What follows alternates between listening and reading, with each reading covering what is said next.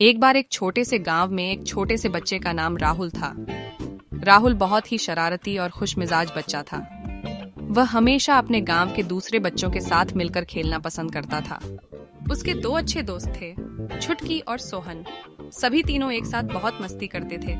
एक बार राहुल, छुटकी और सोहन ने सोचा कि वे एक साथ जंगल में घूमने जाएंगे। वे तीनों मिलकर जंगल की यात्रा के लिए तैयार हो गए।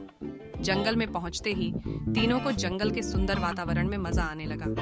उन्होंने वन्य जीवन के कई रंग बिरंगे प्राणियों को देखा और सुना। परंतु जंगल में अचानक बादल छाए और बड़ी तेज बारिश शुरू हो गई।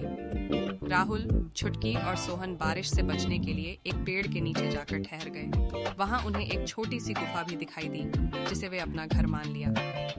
बच्चे उस गुफा में घुस गए और उन्होंने अपनी पेटी रख दी। गुफा बहुत ही रहस्यमय और दिलचस्प थी।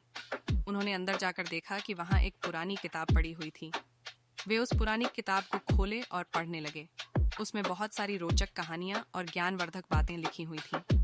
वे बच्चे उस किताब के आगे जितने भी कहानियां पढ़ते गए, उतना ही जंगल में समय बिताने में ज्यादा रुचि लेने लगे। उन्होंने अपने दिन की दौड़ भूल जाई और बस किताब की पृष्ठों में खो गए। दोस्तों के साथ समय बिताने के बजाय उन्होंने जंगल में संस्कृति और ज्ञान के बारे में पढ़ना शुरू कर दिया। राहुल, छुटकी और सोहन के जीवन में बदलाव हुआ और उनके बाद उन्होंने वह पुरानी किताब अपने साथ लेकर अपने गांव जाना। वे अपने गांव के बच्चों को भी उस किताब की कहानियां सुनाने लगे और सभी को ज्ञानवर्धक सामग्री से अवगत करवाया। उन्होंने सिखाया कि किताबें हमें सिर्फ मनोरंजन के लिए ही नहीं, बल्कि शिक्षा और ज्ञान के लिए भी महत्वपूर्ण होती हैं। इस रूप में राहुल, छुटकी और सोहन ने अपने गांव को एक नए उच्चतम स्तर पर ले जाने में मदद की। वे बच्चों के बीच सदा से एक प्रेरणा स्रोत बने और सभी को सिखाने और समझाने का काम किया।